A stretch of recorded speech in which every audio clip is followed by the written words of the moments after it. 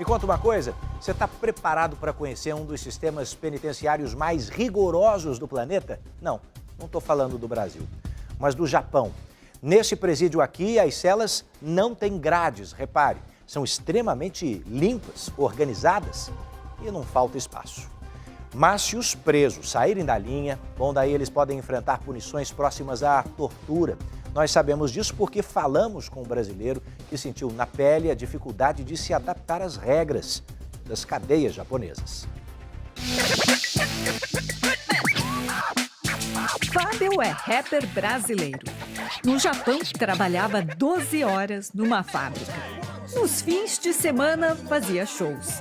Até que um dia, foi preso por causa de um cigarro de maconha. 7 meses. Ele entrou em um dos sistemas penitenciários mais duros e rigorosos do planeta. Como se fosse um quartel militarista. Um desafio principalmente para quem é de fora do país. Tive alguns problemas na cela, pois alguns japoneses não suportam conviver com estrangeiros.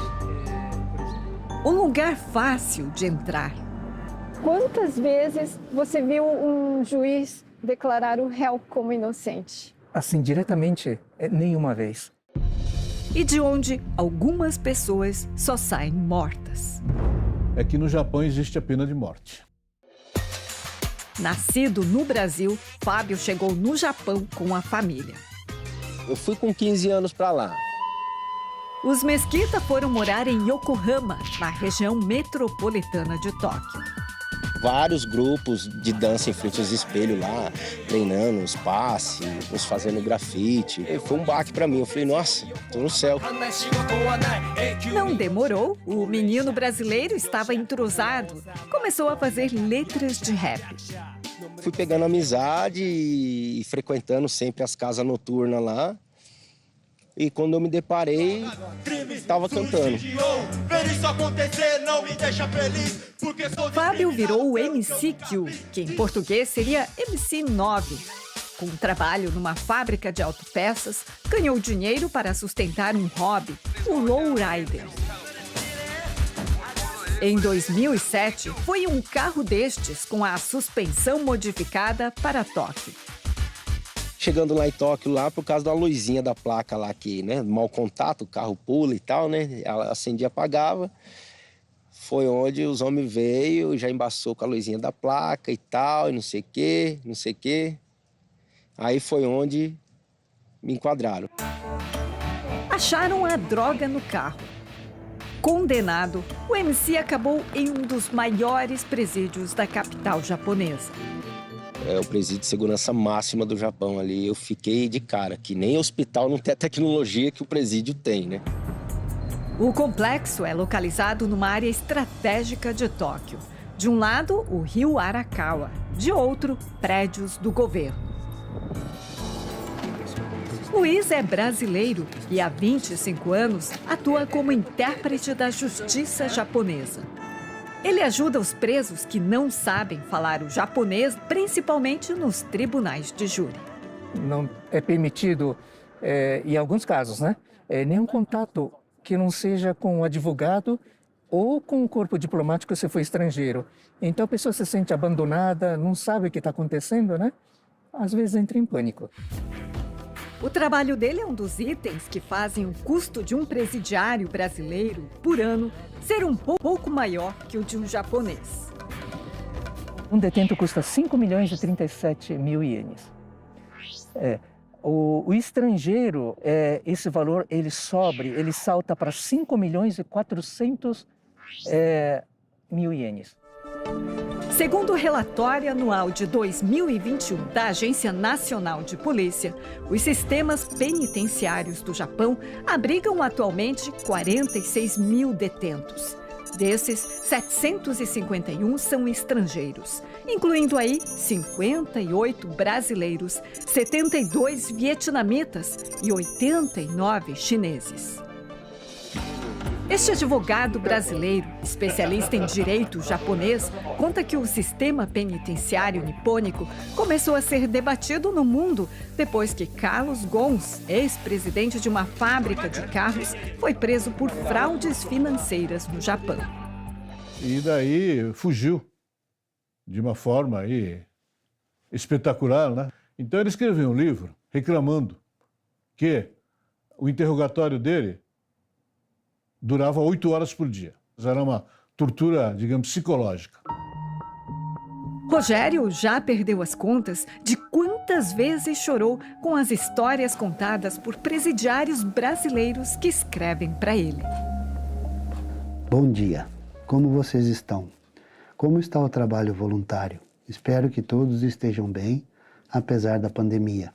Ele é um dos 17 voluntários de um grupo de apoio que foi criado em 2005 e que dá suporte a condenados no Japão, brasileiros ou não, através de cartas e envio de livros. Para o grupo de apoio, nada é barreira. São línguas diferentes e a gente responde tudo na língua em que eles mandam, né? E os livros também são enviados gratuitamente na língua que eles mandam as cartas. Nas cartas, os presos revelam um pouco do que acontece nos presídios japoneses. Numa das revistas, né, que ele recebeu, ele tirou um pedaço de um endereço e de um telefone, e aí ele dobrou e colocou dentro de uma caneta. Para quando ele saísse, ele ia pegar aquele coisa e ligar, né? E aí eles descobriram. E aí colocaram ele no castigo. E o castigo era ele sentar numa sala. Não à vontade, mas assim, com o joelho dobrado, né? Com as mãos nos joelhos e levantar uma vez na manhã para ir fazer xixi ou para ir no banheiro, né? Eu, pessoalmente, eu não consigo fazer isso, né?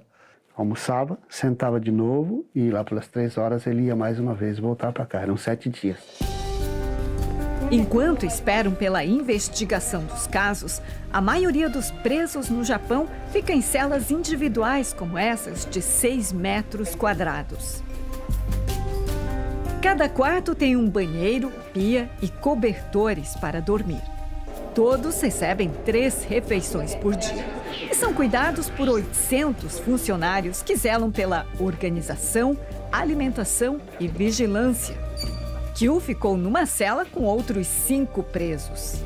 Ela não tem grade, ela é um vidro bem grosso mesmo, porque quando a gente entra lá, eles dão uma cartilha para você ler como funciona, como é o sistema de lá e tal. E eu vi lá que estava escrito que é quase 5 centímetros o vidro, e se ele vir espatifar, ele vira areia, justamente já para não causar rebelião, né? Não virar uma arma. E ele aguenta até 10.0 na escala Richter, ou seja, pode dar o terremoto que for, cai tudo, menos esse presídio. A rotina é seguida à risca. Era 6 horas da manhã, tocava um sinal, desse sinal a gente já pulava, já dobrava os cobertores, era 15 minutos para a gente fazer a limpeza, desde lavar o banheiro, fazer a limpeza total, organizar, já arrumar a mesa, para receber o café da manhã e já ficar ajoelhado ali, em ordem, né? Em ordem para fazer a contagem. Banho é raro. É uma vez a cada 5 dias. O sol opcional. Meia hora. Aí a gente subia lá em cima lá, aí cortava uma unha, fazia exercício, né? Mesmo nevando eu ia. Kyu chegou a receber uma carta da família. Recebi uma carta do meu pai, ela voltou, exigindo uma tradução. Toda correspondência é monitorada. Falar outra língua também é proibido. Na única visita que pôde receber da família em 7 meses, o MC só conseguiu falar com os pais porque convenceu o carcereiro em japonês. Eu falei, não, pelo amor de Deus, você não tem pai, você não tem mãe, né? Eles não entendem, né?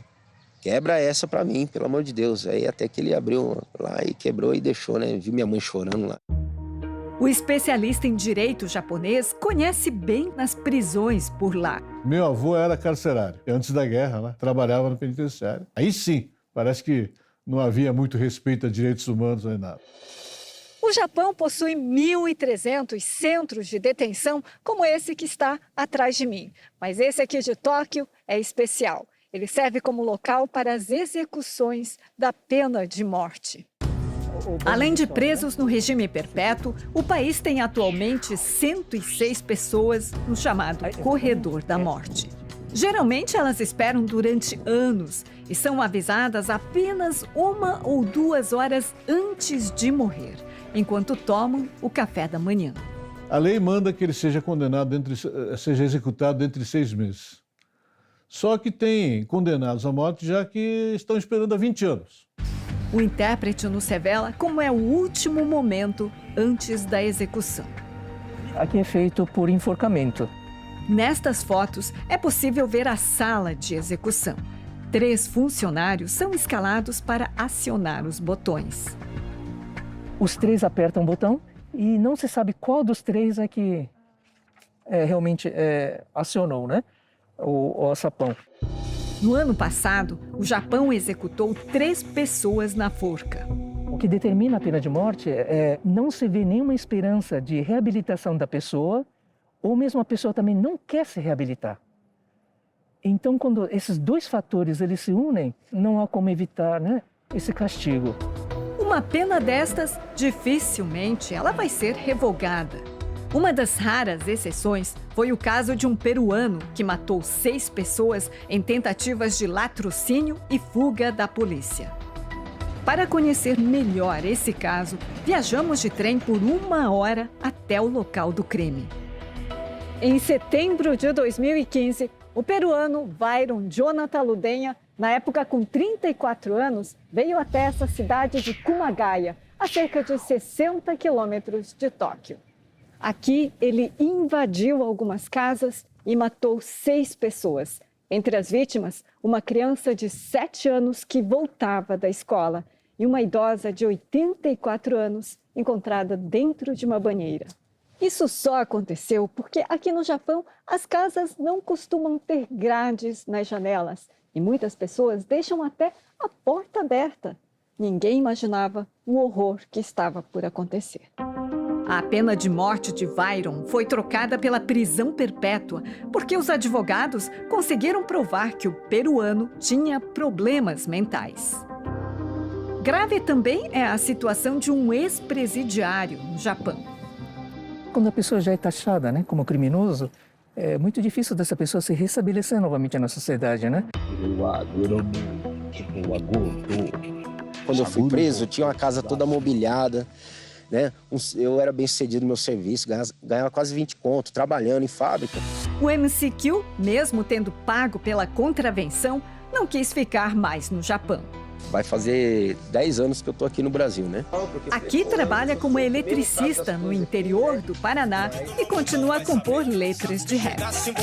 Tô lançando um rap japonês, entendeu? Pra globalizar de vez, né? E lançar aquela ideia. Sobre o que fala a música? Fala sobre resistência, né? Sobre o que é ser um imigrante. Pois ser mestiço não me protege do mesmo